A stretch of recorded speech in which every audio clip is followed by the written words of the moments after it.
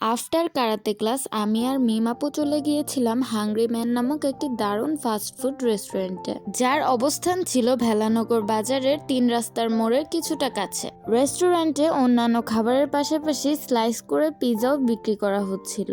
দোকানটা ছোট হলেও ভেতরের পরিবেশটা খুবই মনোরম ছিল।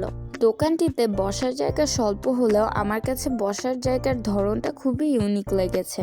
এছাড়া এখানে ছিল খুবই সুন্দর লাইটিং ডেকোরেশন।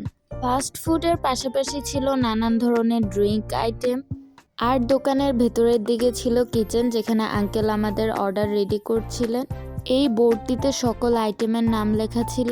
ভিন্ন মুখরোচক আইটেমের মধ্যে থেকে আমি এবং মিম আপু রেগুলার বার্গার অর্ডার করি। And this is me guys, যে কিনা তার সাদা বেল্ট নিয়ে ফ্লেক্স মারার চেষ্টা করতেছিল। প্রায় কিছুক্ষণের মধ্যে চলে আসে আমাদের কাঙ্ক্ষিত অর্ডার। বার্গারের পাশাপাশি আমরা 2 বোতল মোজো অর্ডার করেছিলাম। বার্গারের সাথে সস অ্যাড করে খেতে বসে গেলাম। বার্গারের প্রাইস ছিল 70 টাকা পার পিস, এবং টেস্টের ব্যাপারে যদি বলি, বার্গারটা খুবই ইয়াম্মি ছিল। আমার কাছে পার্সোনালি বার্গারটা খুবই ভালো লেগেছে। তারপর আমি মোজো খেয়ে নিলাম, যার প্রাইস ছিল 20 টাকা। এদিকে মিম আপু পিৎজা পার্সেল নিয়ে নিয়েছিল। যদি কখনো ভেলানগর বাজার এরিয়াতে আসেন, অবশ্যই এখানকার ফুড আইটেমগুলো ট্রাই করে দেখতে পারেন।